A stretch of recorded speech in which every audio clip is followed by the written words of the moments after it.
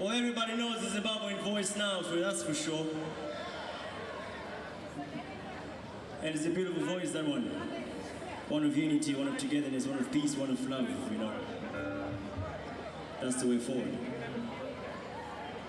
Oga, Oga.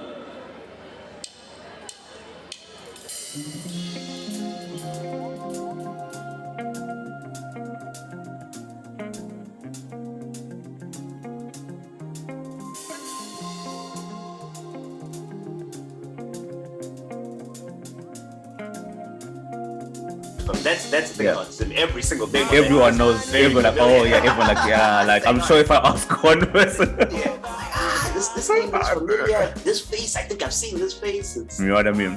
But you get the essence. The essence, of course, is like this notion that no place is just one thing. Yeah, you know what I mean. Put it in your slideshow. You put it very well, because that's the thing that I struggle with. People when people not struggle, not actually struggle in that word. But when people meet, when you know, it's usually the story that's told is the economic and the political one. So you never get to hear the actual stories. Yeah, and then also, I mean, speaking on that, like you, of course, that I'll give you a chance to introduce yourself and whatnot with Barstools and that. But you've seemed to be, as obviously doing some of my digging and stuff and just getting ready. You're very intentional about. I don't know. I think now that I'm in the United States, it feels like being Zimbabwean is almost like it's an asset. It's not just like it's an asset to distinguish yourself. To be like, I'm very different, and I ride with that. To talk to me about how you go about it. Are you aware of that, or is it something you want to roll with? That's all. No, trust me. It's all calculated. It's all whatever. So it starts with the name, of course, right off the bat. You know, the introduction, and then also it's in the branding, man. So it's my boss put it in a very good way. It's an average world. It's an average world built for average people. So if you're average world, average people, you will just get what's it called? You'll just get eaten up in the world. You have to find that one thing that makes you, you know, that makes you stand out in whatever situation that is. So, for example, here in the essence, moved countries, right? I'm not in Zimbabwe anymore. Yeah, each and every person I run into now is like, holy snap, you're from Zimbabwe. You're the only person from Zimbabwe I've met, and then they already start answering. So it's very, very deliberate. It's part of the branding now. I love that you've actually been intentional about using that. But just for everyone's listening who doesn't know, who is Zvataida? You know, like, oh, there we go. Kind of a soft open, right? Give us like give us a little bit of color. Soft open. First, before I proceed, actually, that's a very big question, and I don't know how to attack it. But before I proceed with it, I just want to thank you for the time. Thank you for the opportunity for bringing me on, man. It's a beautiful thing that you're doing here. You know, telling the story, telling Zimbabwean stories, and thank you. As soon as this came up on my radar, I did not even think twice. I was like, yep, what an honor. I didn't know. First things first, I didn't know why I was being called up because some of the names that are on that, some of the names that you run through, some of the names that you have planned for second season. It's like, damn, where do I fit in? But it's an honor getting the call up. But yeah, Zvataida Chimedza is a boy, Harare boy, born and raised in Harare. Went to Ariel in Rua, and on Tarisa Road, right outside Harare, on the way to Manika land, to Mutare. Yeah. So yeah, born and raised in Harare, loved sport. I mean, just like the normal Zimbabwean kid, as we all do. Kids, right? Rugby's, everything. Everything. School, you know, got into it. Then the older you get, you know, you start losing some, focusing on some other things and all that. But yeah, growing up was fun. Loved Ariel, loved my time at Ariel. I say. You go grade 1 to 7. You go grade 1 to 7. Stayed at Ariel 1 to 7. Unlike your cousin that sold us out in like what? You went to Rizawi. I went to Rizawi. Sorry, me and I have his cousin, and I grew up with his cousin pretty much. So right. Give me reference him here there. So yeah, that was the Ariel part. Then moved on to Peterhouse. Of course, I don't know why that break. But moved on to Peterhouse. Did my high school there from Form 1 to Form 6.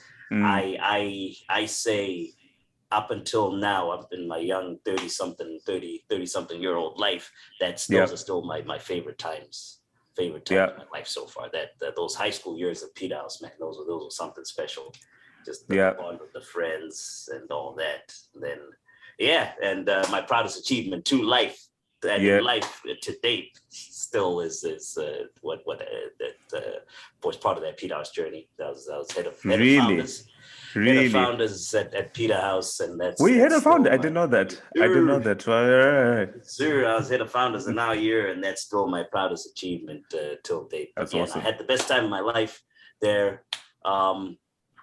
Then from there, I moved on to of course, after Peter House was done, people were going to different parts of the world. I applied to England, South Africa, and all that. But I have an older sibling who was over here, who's 10 years older than I am. He'd spent time in the States, and we'd been up and down visiting him while he was in university and all that. So I got to see a little bit of this side of the world. Yeah, you fell in love with it, man. So due to that, I chose to, did the SATs, chose to come to school here. I did my two degrees here in the United States. I have a master's, I have a bachelor's of science in accounting and finance. Yeah. Then a master of science in finance. I did both those degrees down in Tampa, Florida, at the University of Tampa. Graduated in 2017. Was trying to become a tax accountant or anything in finance, investment bank, anything in finance at the time that could give me a little coin, coin here and there. But that didn't work out for various reasons. The immigration system at the time was a little bit tough. It's hard to secure visas and all that. So I had to pivot, and I got extremely. I was actually on my way out back home to go try to figure out, because my time, the time had run out on the visa. I packed my bags. I canceled my lease. I was on a friend's apartment. I was in a friend's apartment on his couch, about to fly up here to New York to spend 2 weeks with my brother. Was up here for 2-3 weeks with my brother, just to say goodbye. He had just had his firstborn kid, so I was coming to mess around with my little nephew. So during that time, when I'd given up and all that completely, I think it was the day before I was leaving for New York, one of my friends. So I've been following the company that I work for now, Barstool. Right. My roommate in college. Right. He was from Massachusetts. Started off as a regional paper, so it was from his ends. He tried to get me into it. I'm not much of a reader at the time. It was just all the blog on your phone, and papers. I'm more of a video guy. Give me video, give me audio. Actually reading, not too into it. At the time, it was a blog, so I didn't really get into it. And back then, I think we'd already started the video aspect of things. We had just gotten so this is 2017. We'd gotten a radio slot on Sirius XM. Sirius XM channels from 12 till 2, which is one of the satellite radio stations here in the States. And on that show, we were just randomly listening because my friend had taken the day off. We're hanging out because guess what? I'm leaving to get taken. I didn't get taken the rest of the week off because I was leaving. At this point, I was leaving forever. So who knows when I was coming back to America. So we're just hanging out there at the last moment. So you were like, bro, like I might not see you again, but it's just good to hang. I'm trying to figure it out. Let's chill. Let's spend the last couple of days. He took the day off. We're drinking beers, just hanging out at the thing, listening to, the 12 o'clock comes. Our routine was when 12 o'clock comes, we switch on to Barstool. Watch Barstools, right. So that particular day, I forgot what had happened exactly. Peter Rosenberg, are you familiar with them? Hot 97. Yeah, of course. What? Of course. Hot 97. What? Hot 97. Came after Barstool, and he's like, "Yo, there's no, they know black. They don't have much black fans on that." Because they do the Ebro, they have like more Ebro. Yeah, so their target market, is urban. Market is different. Is urban, whatever they call it. Yeah, there you go. It's you create content. You create content for your market type of deal. And we're in a world where everything is inclusive, right? You're meant to. It is inclusive. But you can't. What do they say? You can take a donkey. Is it a donkey or a cow to water? But you can't force. You can't make it drink. Correct. Exactly. Correct. Right? So We create the content. You can't force a consumer to consume what they don't kind of like. So he was like, all right, the Barstool doesn't really have any black fans kind of deal. So Barstool opened up, Dave and them opened up the radio stations like, oh, this isn't true and all that. And my friend, as a joke, right? And actually being on the other side, working on the other side now, I realize how when I alluded to the fact that I am extremely lucky because I got in right. The timing of it was the perfect timing at the time. It was still, the company was still small enough to be letting nobodies like me come in random ways like this, but it was on the rise, right? So it was, phone lines are always packed, and I mean, that was one of my first jobs there. That was the screener, so I know they're always packed. Bro, I'm on there just to shut my friend up because he's just like, yo, call him. And I'm like, dude, all right, you won't shut up. I'm gonna call him. I didn't have anything prepared whatsoever. Picked up my phone, put it on speaker, not expecting it. I was just calling to keep him quiet. So I was like, all right, they're not gonna pick up. Hit the call button. For some reason, I think it was just God smiling down on me that day. Rang twice, picked up, and I had no. Then he's like, "Hello, Sam." He's like, "Yo, what's your Barstool Radio? What's your name? Where you from? All that nonsense." I'm like, what? We're live. Za from Zimbabwe, and I'm a fan from Zimbabwe. And they're like, what? Then it's like, Zimbabwe, right? And then the call screener was just, he was so, because I ended up meeting the kid. I worked with the kid and all that. He was just so confused. And it was due to his confusion that he let me through. So I got extremely lucky because I didn't have, as I said, I didn't have a plan. Yet when you call a call-in radio show, your name, where you're from, your topic that you want to talk about. Yeah. So all I had was my name and where I was from. I had no topic. So you kind of let me slip by, and then now the rest is history. The rest is on the internet. They pick up. I mentioned the fact that I'm from Zimbabwe. They're like, you're from Zimbabwe. And then one of the guys tried to get cute, which is actually what got me the gig. Because he's like, all right, this guy must be lying, right? Name me the bordering countries, the countries that border Zimbabwe. Then you hit all the Zambia. Like Zambia, the north, the Mozambique, east, South Africa. So it's the confidence, the speed and the confidence in which I answered that question that totally convinced him. And the next thing I know is, as soon as the radio show is done, I see on my social media the follow account starts going up. Their posts that are getting likes and retweets and all that, and it's just all crazy. Went viral. Next day they open the show. Hey, that guy from Zimbabwe called in, and I told him, yo, just my luck. Guess what? I'm actually flying to New York tomorrow. So they invited me. Did you plan? Was that all literally? Or did you? No. So that's what I'm saying. So I got extremely lucky in the sense that the stars just aligned. I was going to New York anyway, just to go sit on my brother's couch to go say goodbye before I head back to Zimbabwe. So I already had a spot in New York, right? So that's hurdle number one. I was going there anyway, so it's not like I was broke college, no money at the time.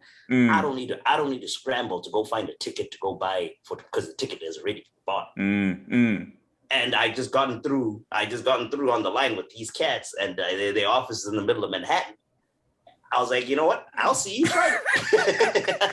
Got the invite. The rest is history. But when you pulled up, I was doing obviously some of my research. There's something about how you jumped on the table. I don't watch or listen to anything.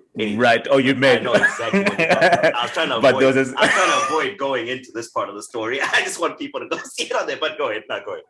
But I think because it's one thing to be like, I got the call, I called in. A lot of people call in, but to pivot, that a guy who was like fresh out of college looking for a gig calls into a station, gets a call at the station twice, goes to the station, to then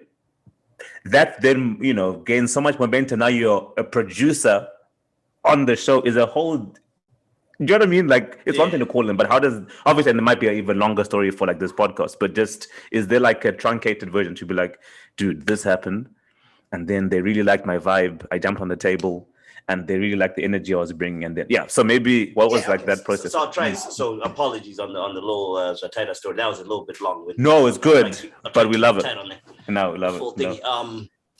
So pretty much once you know how I was familiar with how the internet works, and you know what you gotta stand out. You gotta stand out. Yeah. You're playing, and that's what people need to understand is it's never don't believe everything that you see on the internet, right? As you alluded to when you started this conversation, certain things are deliberate.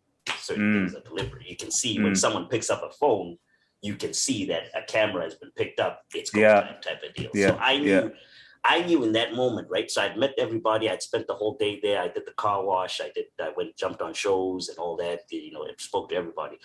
Vibe was good. Vibe was good. That was when the time slot had changed to 4 to 6. So that radio show they just saw was 4 to 6. The drive time hours. And the toughest part about Barstool is getting in. So I had everybody's blessings and all that, but I just needed that one thing that will, you know, send it over the top for the boss to finally say whatever. So that's why I was scared to do it. I didn't want to do it. Yeah. I had to get courage from, shout out to Hank, a couple of my coworkers, Hank, Roan, YP, they all cornered me and just told me to do it. Jumped on there, bro. I don't even know what I said or whatever. As I said, I hate the sound of my voice and whatever. I've never seen it again. Blacked out. I screamed. Next thing I know, the thing is just going crazy viral.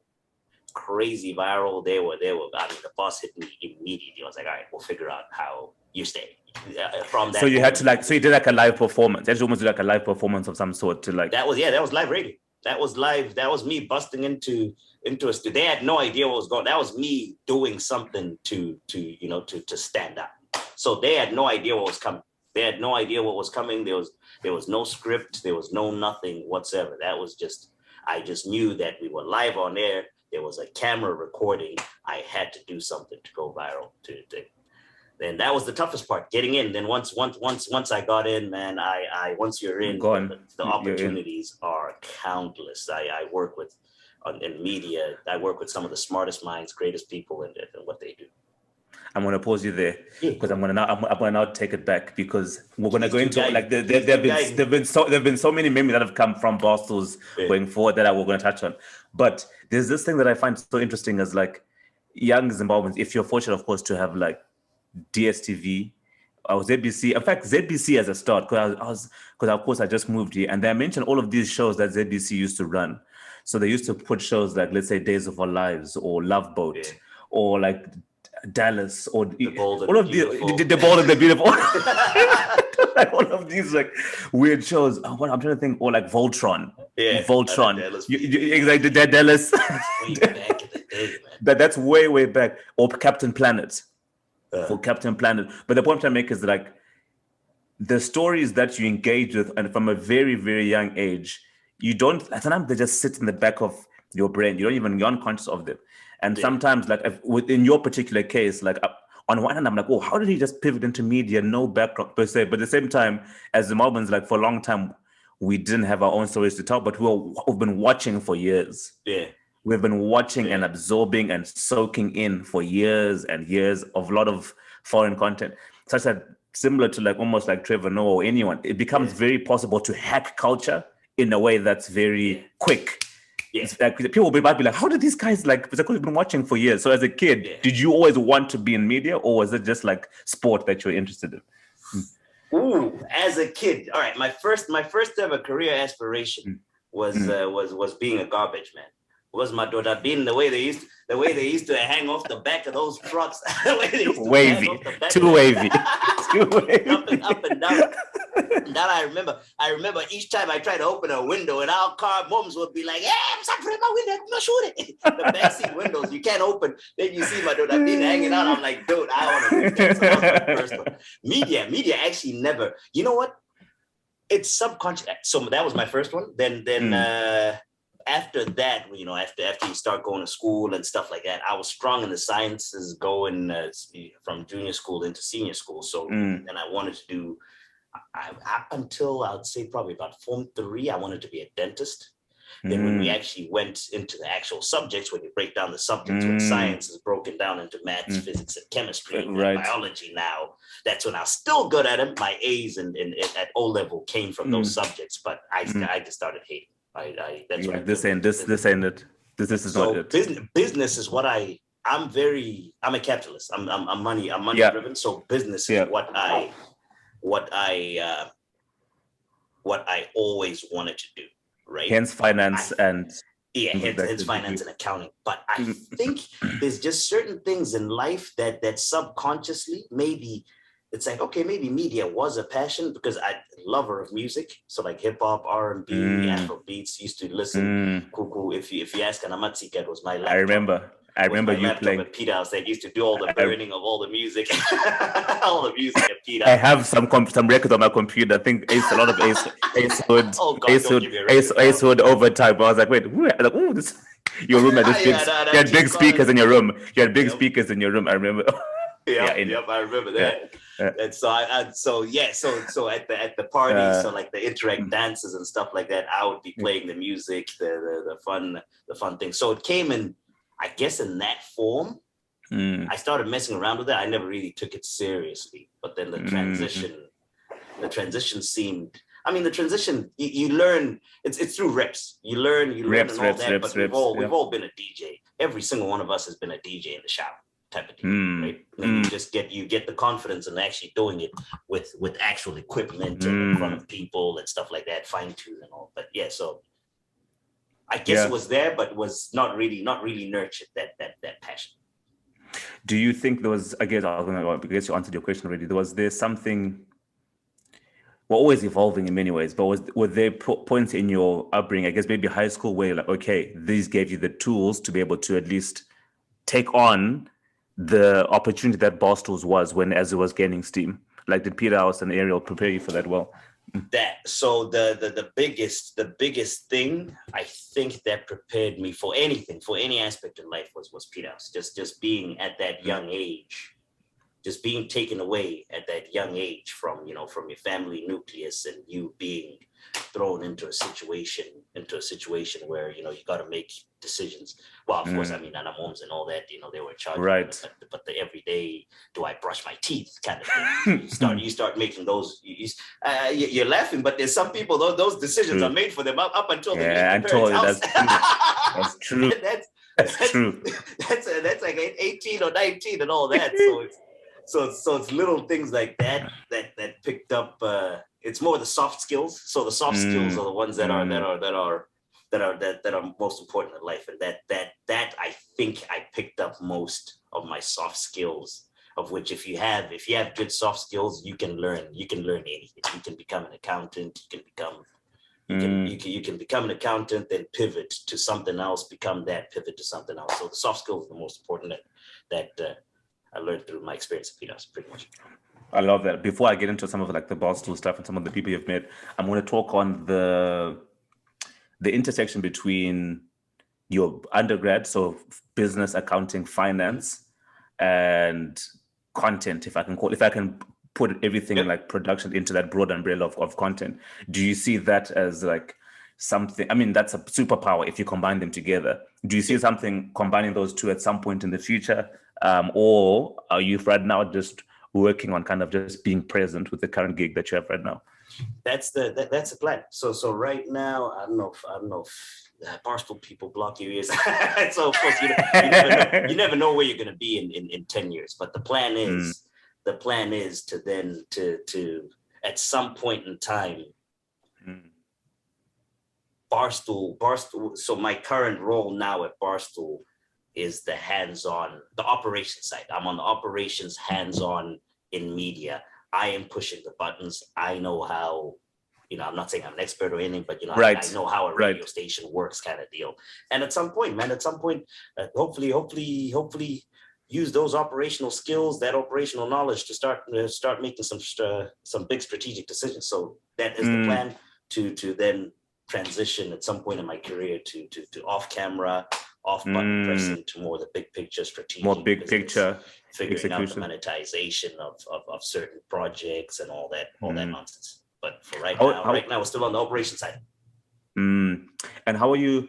It's a very unique time. I say this, to my friends and my wife all the time. It's like we're living this very unique time where the Africans really have a voice globally in terms of technology, just content in general. And there's a huge appetite for, because we're unique and distinct. We're we new haven't to the been game. heard. We're very new to the game. Because I mean, we're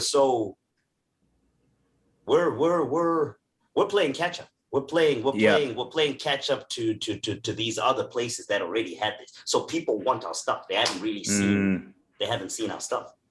Where do you see it going in terms of just? So maybe I'll say where I see it going. So I say what excites me. I think Disney, the big Disney production will be incredible. Now more than ever, I'm seeing a lot of that.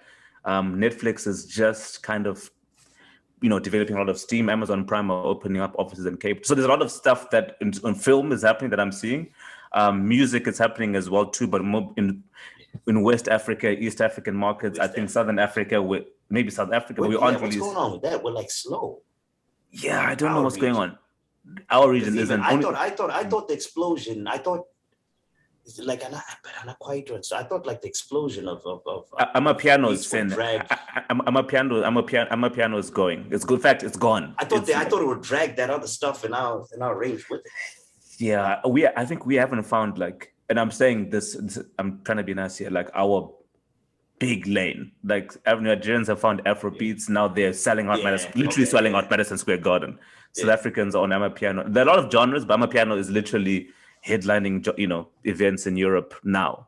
So I think we're going. We haven't I don't feel like we've hit it yet. Like the missile. We haven't found that massive export that are really going to carry. As a Zimbabwean, I would say. Yeah. No, I feel you.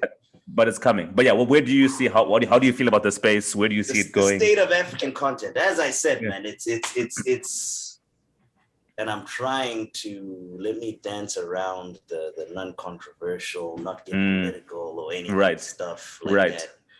But without getting too political and all, as I said, there's an appetite. There's an appetite for storytelling. Ours, we're in the most remote part of the world. In terms of access technology, speed of which technology advances, and all that nonsense. So a lot of our story. There's what 50 something countries, 50. So many hundreds and thousands of different cultures within that one.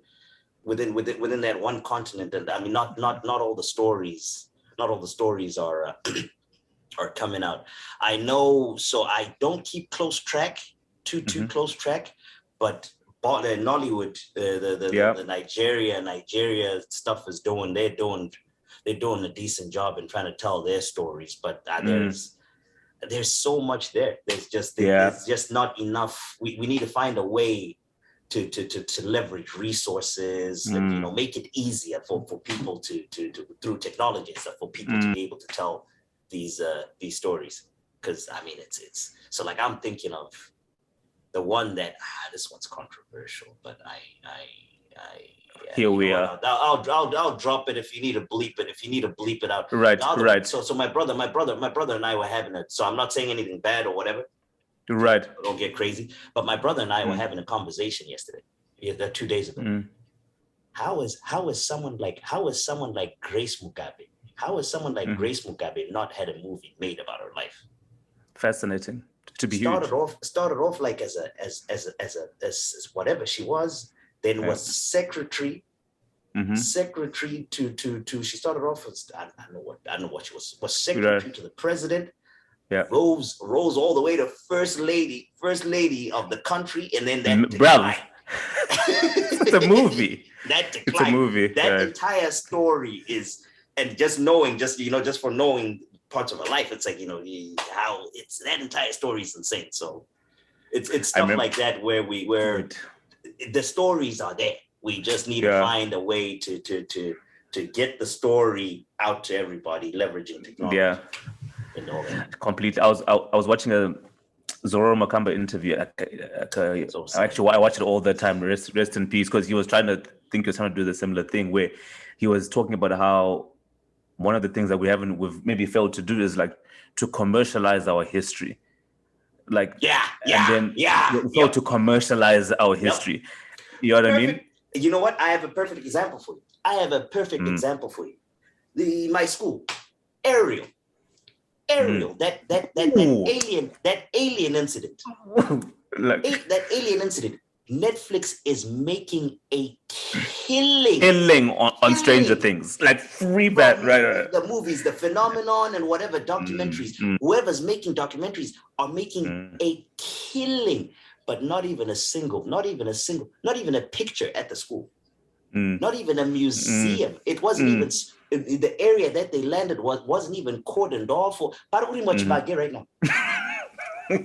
Sorry for those that they're growing maize.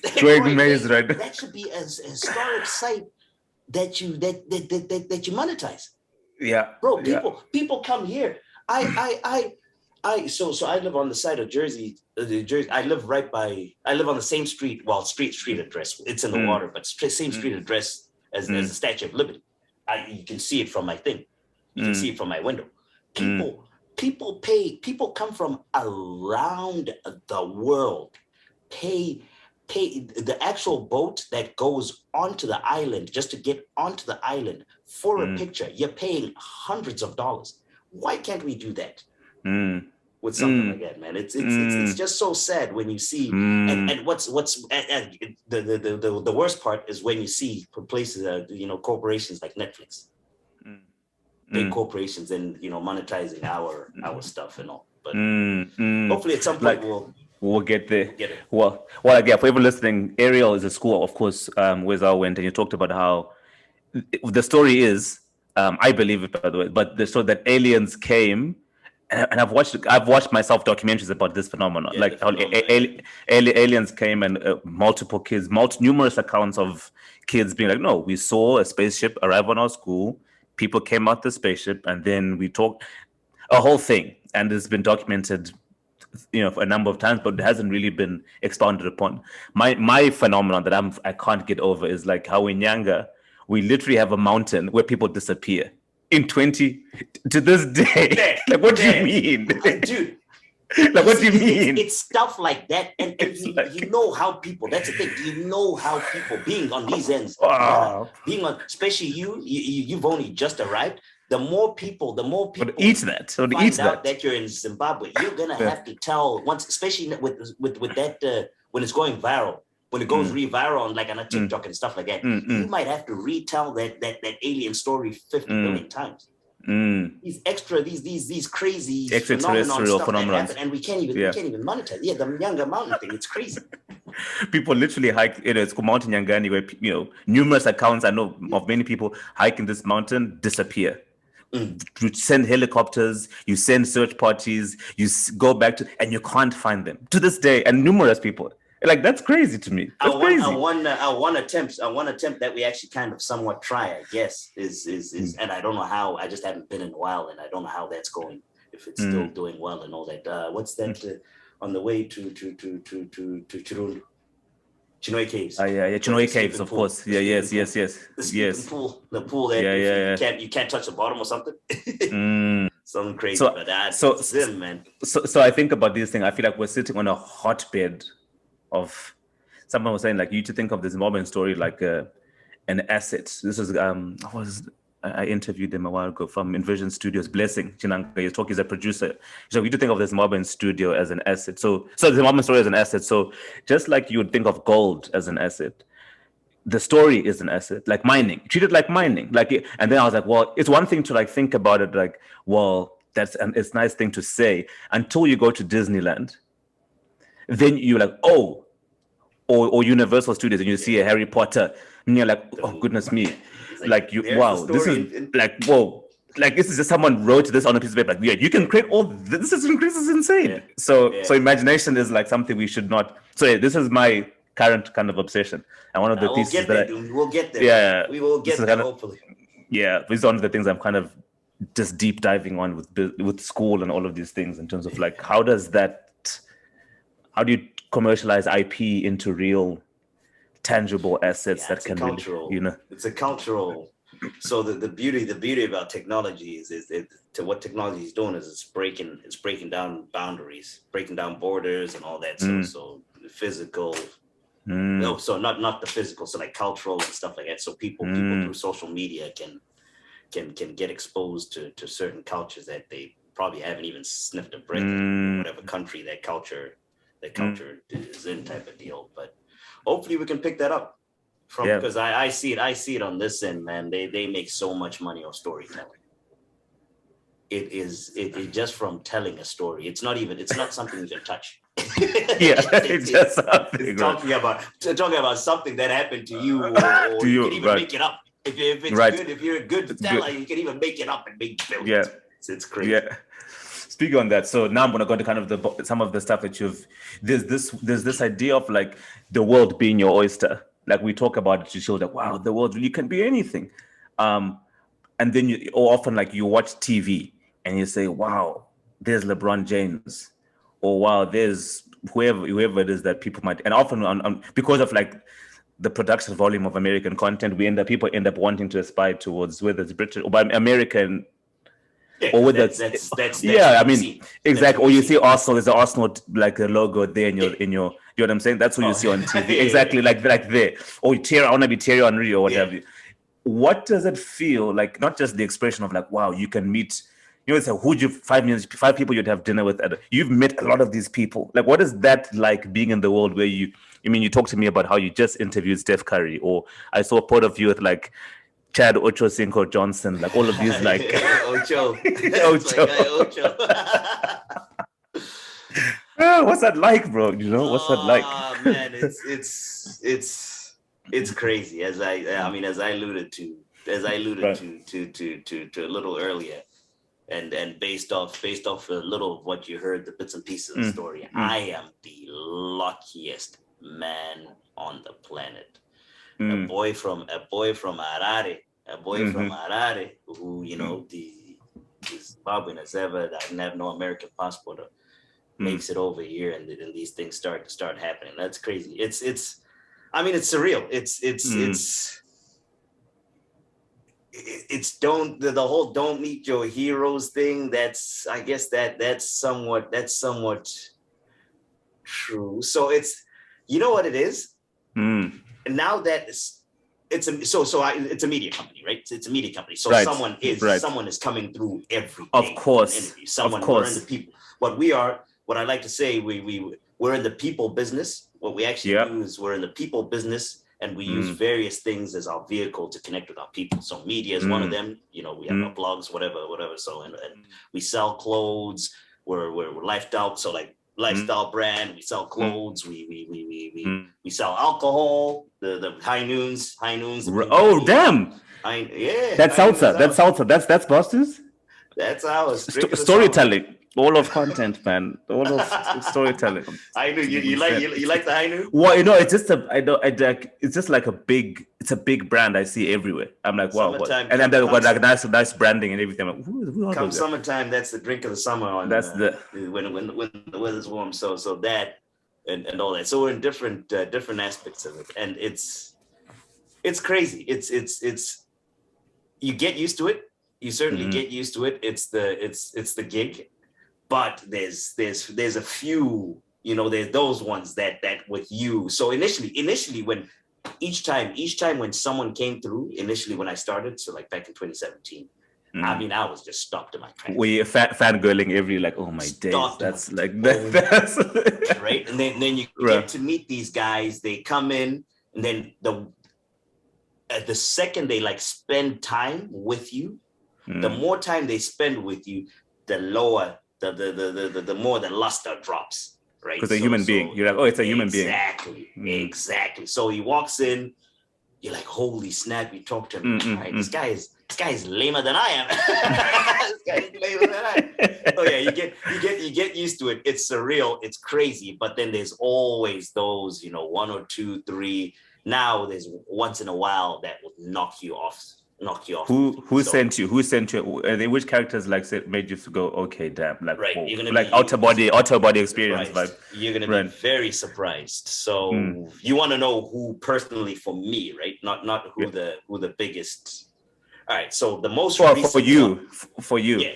So the most recent one for me, you know the show. So I used to burn this show. Used to burn it, sell it at Peter House. I actually told you, burn it, sell it at Peter House. You know the show Gossip Girl?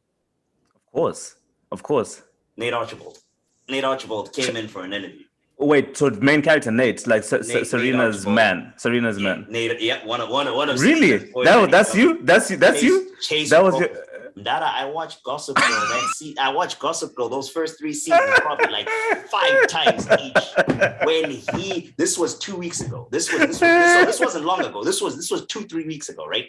Mind you, by this time, I had met big people. Everyone, right. Rick Ross and right. Massive cats. Yeah. He walks in. I was shaking. Asked my guy that I produced the show with, TJ. My hairs were standing up. He's like, dude, what the hell is wrong with you? And I'm like, dude, that's the gossip. It's like, really? It's like, you have met this, that, and I went up Sent there, to you I went to go shake his hand. I shook his hand. I was like, dude, I just wanted to tell you. So the guy that he was being interviewed by one of my coworkers. So I ran to him and I'm like, yo, after you're done, introduce me to the guy. So he came and he pulled me. He's like, yo, Zaza. And then I was like, I just wanted to tell you, man, I am a massive Gossip Girl fan. So they all started laughing at me and all that. They didn't expect and all that. Still shaking. I was meant to ask him, beg him, ask him for a picture. Completely forgot because I was in awe. You're starstruck, like, oh my. Yeah. That is hilarious. So he's the most recent. But then the biggest, hey, I don't even know who that. And you know who else gets me? The wrestlers. So the WWE, really? WWF. So like Steve Austin. Speaking of him, I almost truck stick. Well, he almost truck stick me. He was going in for an interview. I had 3 minutes between my radio shows, needed to go piss. Yeah. Run into the bathroom to go. I didn't see him. He was coming. Yeah, I almost ran right into him. So imagine coming around a corner and seeing pumping the brakes. You're like about to run into somebody, you look up. See, like you see Steve Austin. Nada. My legs were jelly. I just stood there. I think I didn't even know what I said. I blacked out. I just stood there. I was like, oh snap. He's another one that I forgot to get So like him, Undertaker came by, John Cena. Oh, jeez. Athletes, the movie, everyone. Tons. The most recent one that sent me, and he's one that I hate that I spent time with him. Steph Curry. The Steph Curry one is. Steph Curry was big. So, do you hate that you spend time with Steph Curry? Yeah. No. Why? So don't. Oh, sorry. Let me clean that up. Right. Let me clean that up. That's not in a bad way. Right. I hate the fact that I spent time with him because now it's I don't. The allure is gone. Not even the allure. The big. I mean, he's still Steph Curry. Yes. The allure is gone. You're like, that's Steph. We were shaking when he was coming. We were shaking. Champion, franchise boy, like that guy, league MVP. Now he is. Maybe it's because it's here in the States, but him, I haven't seen anything like that. Yeah, I'm trying to think of who else. And the other people. The thing about Steph is he came to one of our golf outings, so it was outside. It was more at a golf course, so there's more people for you to be able to see those kinds of interactions. Whereas the other people come to our studio, so once they're in the office, it's just the office people that they got to deal with. But it was amazing. Everyone was stopped in their tracks. Very nice guy. I'm guessing. I mean, he's Steph Curry. He's been doing it for what, 10 years. He's used to it. Very nice conversations with everybody. Cool dude. With everybody. The nicest guy on the planet. I came this close to getting the Thanksgiving dinner invite. Aisha's cooking with the kids on the side. Would you say the world is really, they say like the world is yours? When I listen to some of the stories that you've met, like some of the people that you've met, and when I said the world, of course, it's like, I don't know, maybe I'm saying meeting cool people. But when I listen to stories, and what's weird is like, I've heard stories like this before where, I think, who was I speaking to? I was speaking to Pip Campbell was Dr. Chai. That's my guy. Go see him. I was in San Fran. He's out in LA. I need to go see him. Yeah, and I can't say I know him well like that. I'm not saying, he's my guy. I'm not trying to. No, by no means am I saying that. So our fathers cousins. Really? Yeah. So, of course, Zimbabwe. You know, small. Small. I mean, he was telling me like because before he left for uni, he was like, who was I with? It was me, my cousin Tapiwa. Shout out Tapiwa for setting us up, Matsika. There he is. And it was me, Matsika, and Pip. It's before he left the first. And he's like, no, I'm gonna move to LA, and just finished college in the UK. He's like, I'm gonna move to LA and see if I can. And I always knew his music stuff from when he was Maximus, like when he was early with Moochie and Moochie with all of that. Boy, I used to have that tune. Big I had that tune on my old computer. Big tune. Damn it! I had that. Oh, to this day, it still goes. It still goes. We in the club, like it still goes. Oh my god, it still goes. But I was speaking to him, and then he says like, man, I was there in LA. I was trying to figure it out. I was staying on a friend's sofa. He's trying to be like, what do I do? How am I going to make this music thing? And then I get a tweet from a producer saying, yo, I need beats. Sends a beat to the producer, gets a studio session. A year later, he's getting Grammy nominated. Like, do you know what I mean? So, so some people, we like, as coming from I don't even want to say a country with a small population, relatively so, we can sometimes have reservations of what we're capable of. Yes. Does that make sense? And not that we have a small country by landmass, but it's a lack of exposure, I think. So you think so the more I hear stories like this, I realize like, man, you know, like the world is actually ours. Obviously, there are privileges that come with how you've been raised and schools you've gone to and so on and so forth. You got to get that platform too. That platform too, of course, which we take full advantage of. But once you have a platform, like I've seen people just get breaks, man. Like you had that break, or Pip or Dr. Chai had that break. I'm like, man, this stuff happens. So I think the world is actually ours. So that's the thing. You gotta have that platform for anything to happen, whether you're ready for the break or not. So I'm gonna tweak that phrase a little bit. So I'm gonna be real with you. I'm gonna be a realist whatsoever. Talk to your oyster. I'm gonna tweak it. I'm gonna tweak it to more. The world is what you make it. The world is what you love make it. So you need that platform. As I said, you need that platform. However, 100 people could have a platform, right? Everyone could have a platform. It's on whether the timing comes into it. Comes into it. Your preparedness as a person comes into it. I guess timing and those two are somewhat tied in. And yeah, you gotta take those opportunities, because opportunities will come and you won't even know it's an opportunity, kind of deal, right? So it's the timing, the whole. So like my thing, my situation, again, you gotta get lucky, as I said. The timing of it, I was done with school, so I ignored the commitments and all that. The platform was the fact that I was already here. I'd already been on college. I've already been in college and all that. Right? That was your platform. The opportunity was, me calling in. There's the opportunity because they opened up the phone lines. There's the opportunity. Got lucky. Once I picked up that phone call, once I was on the phone call, but I was ready to. So as the like what it just so happened, right? So it's gonna sound like I had prepared. You are available. You availed yourself. That's the thing. You availed yourself. I fell into the preparedness because I was available. Yeah. Because I was very available. I had nothing else going on in my life. If you had told me, come clean hotel toilets, I was about to go. I'm there. There's a I don't know if you met him.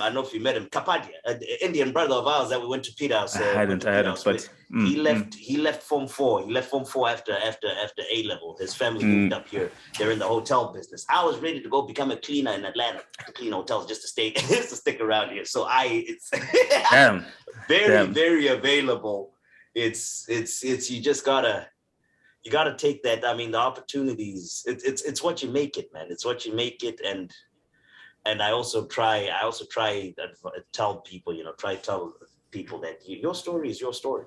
Your story is very unique, and that's the trap that us humans fall into. The fact that we want I want Rick Ross's story to be mine, right? But I wasn't born in Miami. I wasn't born in Carroll City. You can't make Port of Miami. You can't make Port of Miami, bro. It's not true. So it's you always people always want their stories to look like other people's stories. Nah, your story is your story. Just be ready for the opportunity, right? The opportunity will come. You'll need a little bit of luck. Hopefully the platform is there.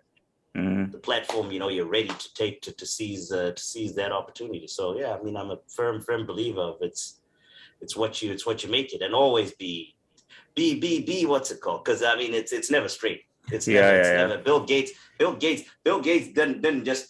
He didn't just. So like in our company now is what I mean. We're big, influential, and all that.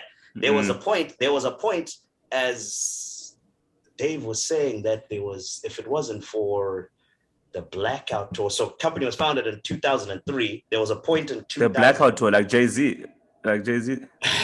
So we did an EDM concert. An tour. EDM, okay, sure. EDM concert tour, the EDM DJ thing. And if it wasn't for that, that's the one that the parties got. I mean, the parties went crazy viral. So like everyone wanted to.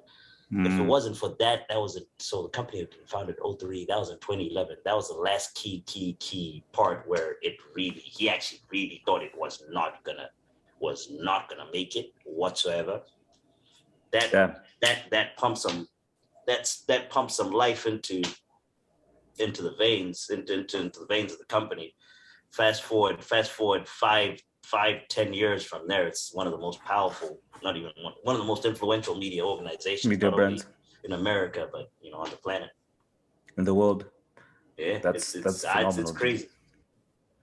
I'm going to ask two last questions. The first, the penultimate one is your show with Troops and Arsenal. I have to of course, Troops is like. I'm not even like, of course, I support United. I'm not like die-hard football. I'm more of a rugby guy. I'm watching the Sables game later. I have to watch the Sables game later today. It's on SuperSport, right?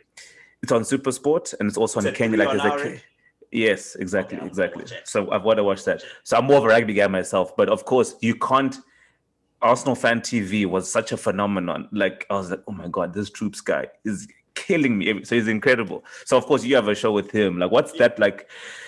Because you are doing something that most Americans, because Americans are not to be offensive or anything, but sometimes they can be quite insular because the world, you know what I mean, can be very insular because the world the world revolves around them, and they only look into. Bro, you'll soon learn that life ends at the Brooklyn Bridge. Anything east of the anything beyond there's nothing else east there. Of the Brooklyn Bridge, which is, by the way, east of the Brooklyn Bridge, for people listening that may not be aware, is the rest of the world pretty much. and for everyone else, Bridge, don't matter. I don't know what's going on out there. But then that becomes an asset for you because you can be like, yo, there's this stuff called football, which is also a big thing that we can tap into as a brand if we want to really be a global. So that was an asset for you. And so what was that? How did that come about, and how has that been going? That collaboration with So the Troops. Okay, so I'll quickly touch on how we met, and then kind of touch on that. How we met pretty much is I was at Barstool. He was coming to New York. I think it was 2-3 years ago now. 2-3 years ago, he was coming to New York for a week or so. His agent got in touch with someone at Barstool, and we heard that he was interested. Who was a very good friend of mine, by the way. One of the two. Actually, that's the most important part, is that the word got to a soccer fan at Barstool. So Mikey then came up to me and he's like, "Yo, Troops is coming." I was like, "All right, we got to get him." Let's go out and lock it in, right. Bada bing, bada boom. We got him. But so that whole as you said, there's stuff going on over there, transitioning in here, bringing him here, being like, "Yo." So with him, I mean, he's a personality. He is an absolute huge. So what Huge. it is we're using his personality as the draw. On those live streams. You could be a Dallas Cowboys fan. We have Dallas Cowboys fans. We have people that don't even know what Arsenal is, but they're clicking. But here for troops, watching that clip for troops, saying, "All right, who's this troops guy and what's it called?" So he is that. So it's primarily his personality, and then the soccer stuff is just a vehicle for him to express his personality. So that's how pretty much Barstool sees it. How we look at it is in the content game, on our content side, is you the primary thing is not even what the video looks like, or how he edits his video or whatever. The primary thing we look at is personality, right? Because with a personality, if you're agile, if you're adaptable, perfect example right now. With a personality, if you're agile, guess what? Season's over. My man is getting hundreds of thousands of views doing Love Island reviews, right? So he's hired for soccer, but he's still captivating. He's doing Love It. So personality first, then whatever they do, they can then leverage off the hell of that. So perfect example, expressions is another perfect example. Personality first, what does he do? Football. That guy could be a stand-up comedian. That guy does wrestling. That guy does... So that's how you can do a podcast. You can do a bunch of different things. Yeah, he's on camera, audio, on camera. I don't know if he can write. Yes, I know my guy X can write. Nah, I'm kidding. Hence, and I like the personality point. That's why it's like I was trying to figure out why, like I was talking to you earlier offline around that Kodak Black video on Barstool. Said, "My name Kodak Black, but when you see me, I'm white." I was like, that guy that interviews him, Caleb Presley, and Glenn Balls, a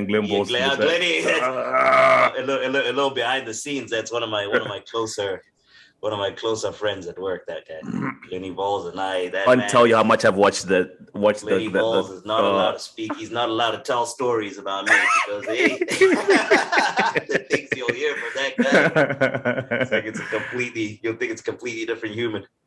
Oh man, that's huge. But thanks so much for shedding light. But to kind of bring it back. No, I'm going to bring back to the full circle. There's a full circle. Easy. No, that was easy. You don't to me. I was very nervous.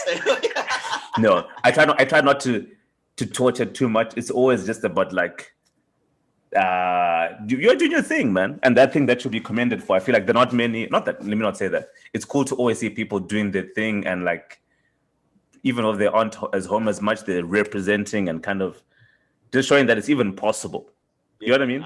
So ideally, actually, on that, I know you asked a little earlier. You asked the question a little earlier in a different format, where I see myself in 5-10, and I set out the transition more to the strategic side. When the time's right, I am keeping a very close eye on what's going on at home. I am keeping a very, very, very close eye on what's going on at home, because you know who hates being this side? Really? Now unpack that. But unpack that and what, right? Unpack that. Back in 2010 when I landed and I was in college, bro, I didn't even want to go home. I didn't want to go home for a summer. I didn't want to go home for a summer. But just in it. I don't know. Life is changing, man. Life is changing. So what I see, how I see life is changing. What I want to do in life is changing. So I'm still very connected. Still very, like, my family. It's literally just my brother and myself. Of course, yeah. My mom, dad, the rest of and I say Kuru, Azukuru, and all that. The rest of the family is still back home. And out here, I'm just here. Just here, one. Just Kungo, just right. One of 300 million. I don't feel rooted here. I don't feel So it's more, and each time I go home, each time I go home, it's just that feeling. So the last time I was, and maybe this has a lot to do with it because of the whole COVID stuff. The last time I was home was 2019, end of 2019. Really? So I haven't been in like 3 years. Because each time we planned on Christmas, it's one variant. It just kept getting pushed back. Omicron, let's do the travel ban. Right. Delta, let's do the travel ban. So this is the first one. So I'm still very connected.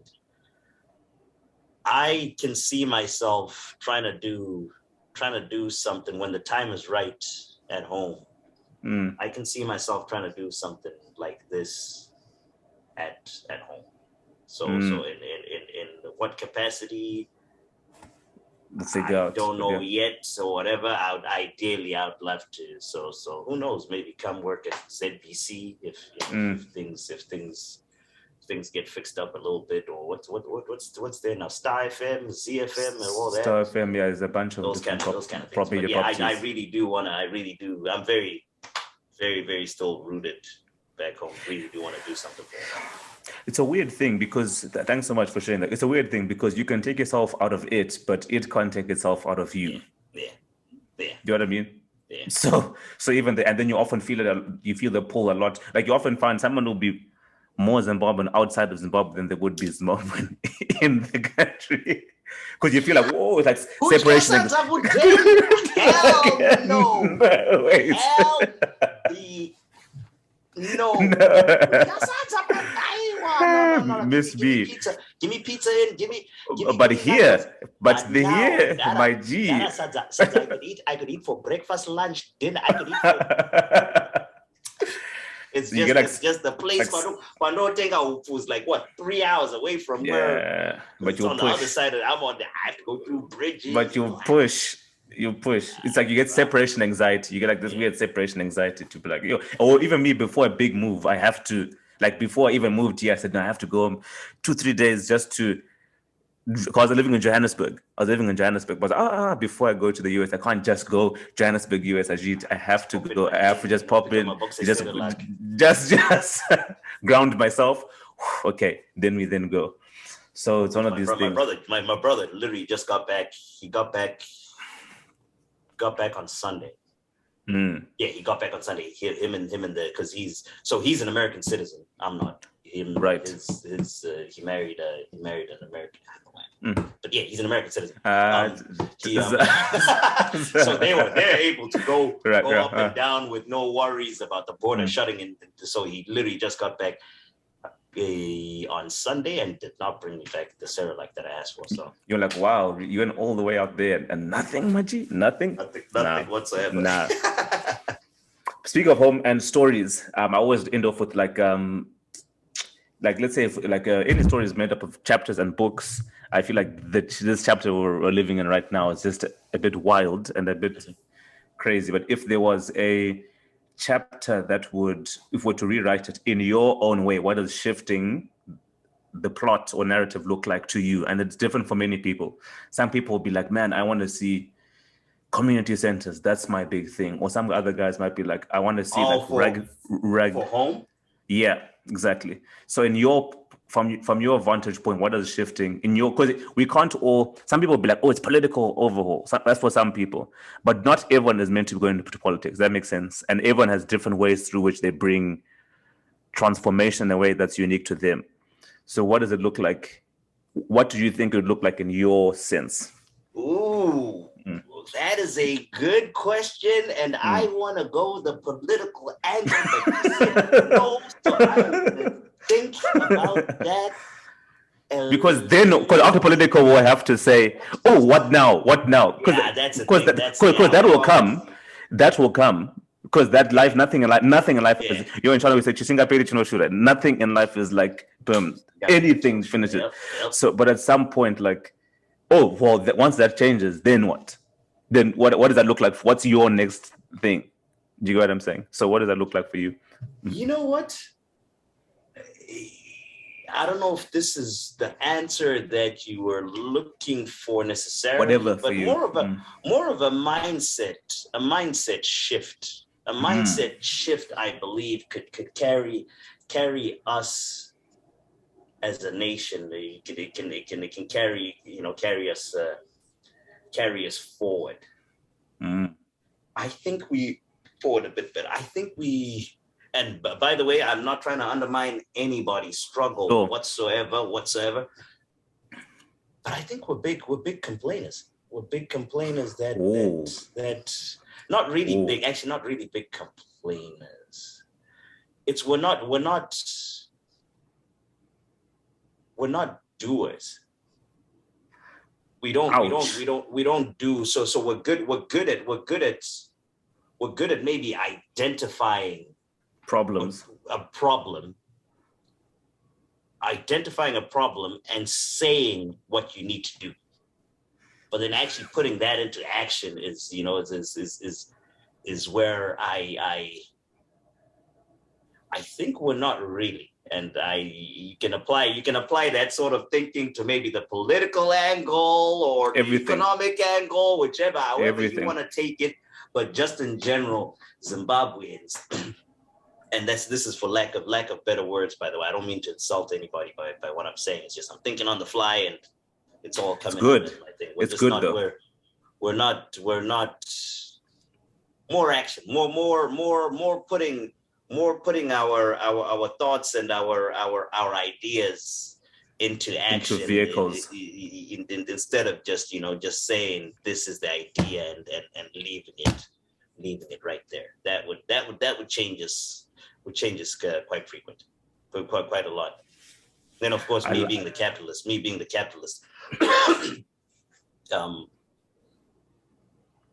the economic one, we work hard.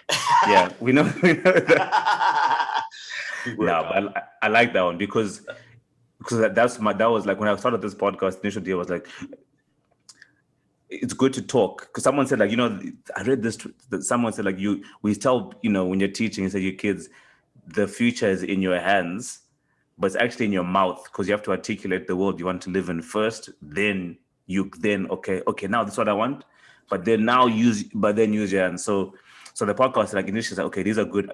Everyone has their own ideas, so it's almost like fertilizer. It's just throw out the fertilizer. But eventually, which is now my next thing. Now, I'll roll it out as it comes. But it's like, what is it like for you, Dumsani, and roll it out into tangible things so we can see what it looks like for you. But you're right, that we can't just. And this is also a challenge to myself as well. You can't just talk about. Yeah, what do you want to do? This is a phenomenon. Why I actually agreed immediately to do this when Matsika called, when he explained the idea. I think it's brilliant. I think it's a brilliant idea. I wish there was more of this that's being done. I just found one. Which tells me, because Zim. The podcast, I don't know. I just ran into one of the clips and all, and I started listening to it now, and it just keeps me in touch of how it keeps me in touch with the slang and what's going on. Of course, keeps you abreast. Right. I don't know what the guy's name is. Boys Zetonas. Boys Zetonas, yeah. I saw that one. I saw one of the. I started listening to the interviews. Right. I'm just curious. They're good. So we're lacking that. So I mean, I really do. I commend you for, and that's another thing. Doing what you're doing, that takes courage. French there. I was about to I used the French word. It takes a lot of courage, man, to put yourself out there publicly. Yeah, it is. But it's just like, it's a start, right? For me, it's like I was always tiptoeing around the thing, which is like, I was doing a lot of different jobs that were all like, I want to get skills for. I'm like, skills for what? And I was always like, oh, okay, there's something that's inside. When I started like applying for school and all of these things, I was like, oh, damn, there's always been like this itch to just at least leave a mark there in that particular community where I come from in some way, shape or form. That's always been a thing. Instead of tiptoeing around it, identify a specific thing or audience or community, and then use your skills towards impacting that particular. So right now it's more around, like, I think creative industries, I think, really get slept on, if I can call it that. Like, we're really big on agriculture, we're big on mining, but when it comes to, like, let's say art, storytelling, media, we haven't really, like, we've got the ideas and the IP. I don't even know the laws. Are they even like the laws, the property copyright, laws to IP laws, to protect people's stuff? Is there all of this? Yeah, I'm discovering all of the. I'm working through all of this stuff now. Like it's all new, if I'm completely honest. But the whole idea is like, fully my thesis with me going to business school was, is there a world in which there's value with my United States experience from a commercial learning's perspective, like with all of the things that are happening with streaming, all of these things, is there a value I can add by sitting at the intersection between storytelling and global streaming or global media? Like, is there value that I can bring at that intersection? So that's kind of the thing I'm trying to engage with over the next few years. That's like the thesis. How that, of course, plays out, we'll see. But that's why it's like cool to speak to people that are in the space, whether that's through filmmakers or people like yourself who know way more than I do. It's just like an opportunity to connect and then be like, okay, you know what I mean? To be, okay, how do you see it? Trust me, don't. This face might convince you now. This face might be convincing, and stand up straight like this. Knows what he's done. I know nothing. It's just snake just figuring it out. Man. It's just mistake. So what it is, it's mistake. Okay, I got burnt there. Fix that. It's learning from mistakes. Yeah, but yeah, man. I mean, we'll see. I mean, we have all of these ideas, but it'll be cool to like look back and say, okay, where do you now? This platform. Let's say it pops off. Where do you see it going? Are we potentially maybe start going? Start looking at Africa as a whole, or so you want to keep it just Zim? And good question. So initially I was like, oh, I want to just do a podcast. That's cool, like a podcast that tells positive. I don't know. There's always this, like when I first did my first episode, I wanted to do this after first year uni. Then the camera got stolen the day of our first shoot, and then we ended up not going through it. Anyway, COVID, lockdown, we're all indoors. I can't go anywhere. I'm like, this is the moment to start this idea of, if there was something that talked about positive, just specifically optimistic, positive Zimbabwean stories, what would that look like? Podcast. And eventually I thought it's just a podcast. And I'm like, no, wait, the podcast is just like an expression of the core idea. Like the podcast is like an outlet of it. Vehicle. Yep. It's just the vehicle. It's like, and it's one of the things. I was like, oh, well, if it's an idea, maybe we can do children's books. That could be interesting. So I've written like one. I'm going to tell some, the 3 in development now. So there should be 4. One's done, 3 are being like, the manuscript's being worked. Okay, there's 3. Then another thing is like, I work for like renewable energy company. We've got like a prototype for like solar panel production studios. So that can be like put throughout different parts of Zim. You know what I mean? So the idea is, okay, there's this idea, which is how can we empower creative industries?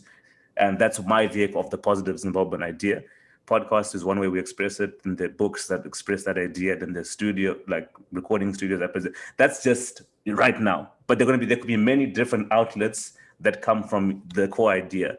And with each month, like I always keep stumbling into like a new thing. My challenge now is to like focus on the core. What are the most important ones to deliver first? Then as we execute, we then, so to answer your question, to say long-winded, I don't know how far it will go. I'm still going to school. I'm still working on this part-time, but where it goes, it will be what it will be. There are things that like, when I started this, I did not see myself having this conversation alone. Yeah. Well, some of the WhatsApps I get, I'm like, I didn't. When I started, you think when I started, I'd have people asking me to come talk to me about my story. I'm like, what? Do you see what I mean? It's still so everything is just man.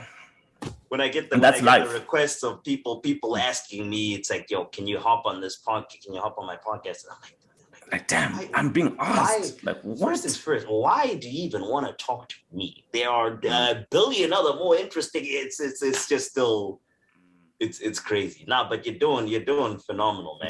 We're trying.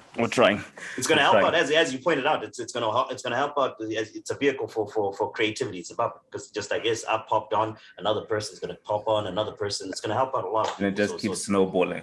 So it's very good. I'm all for it, man. You're doing a phenomenal job. Thank you, sir. But my man, it's been phenomenal. it always gives me more than I admit up front. Like these give me so much. So thanks so much for the time, bro. Keep doing your thing. No, thank you for the time. And thank you for the invite coming on. I've really enjoyed it. I didn't even realize that it was an hour 20 minutes or however long it's been already. That's what I really just looked up and I saw the thing.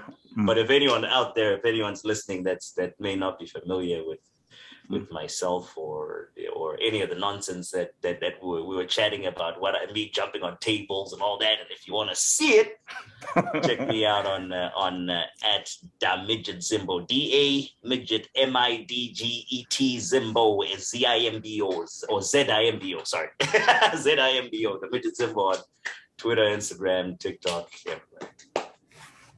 My man, thank you. Thank you.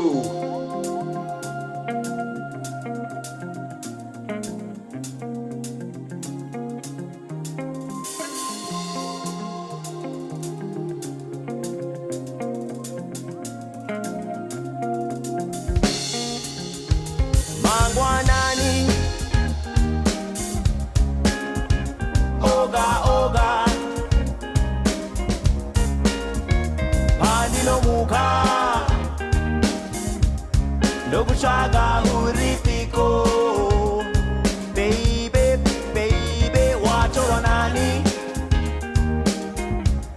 akuyewezane iko, ona mangwa nani, oga, pani no muka, lobu chaga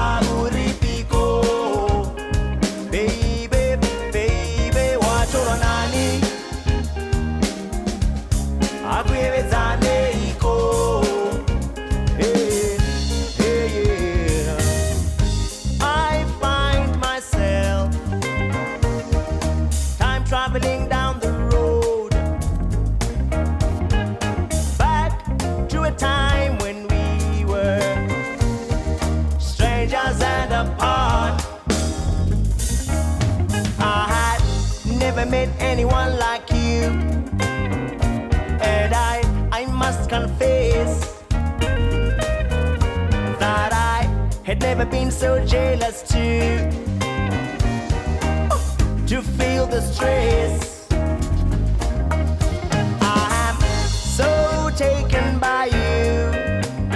Oh baby, I'm so taken by you. Hey! Mangwanani, Oga, Hani no muka. Chaga uripiko, baby, wachoro nani, akuyewezane iko, ona mangwa nani, oga, pani no muka, lobu chaga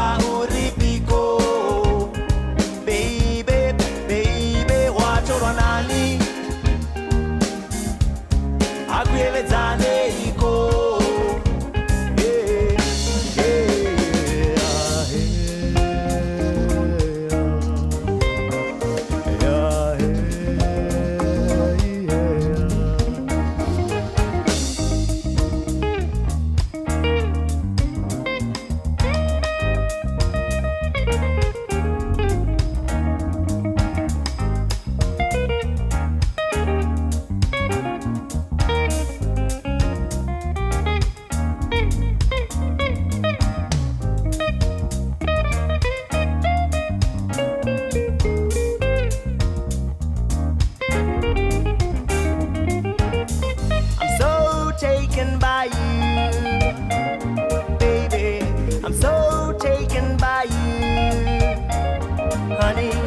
I'm so taken by you. Hey lover, I'm so taken by you. Hey!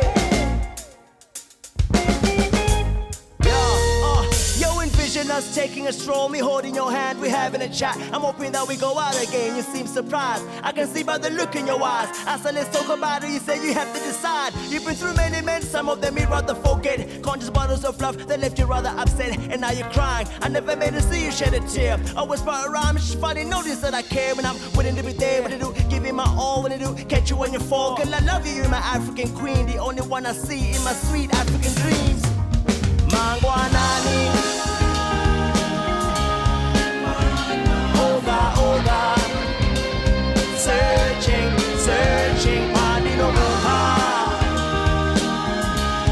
Lokuchaga, Uripipo, baby, baby, Watoronani, Agrielezane Iko, searching, searching, Mangwanani, Oga, Oga, searching, searching, Madino Muha, Lokuchaga, Uripipo, baby, baby, Watoronani, Agrielezane Iko. Yeah, yeah, yeah. Every morning, every morning, every morning, every morning, every morning, every morning, every morning, Mamba Kwedza. Ooh, Pandino Muka. Ooh, yeah, Exeni.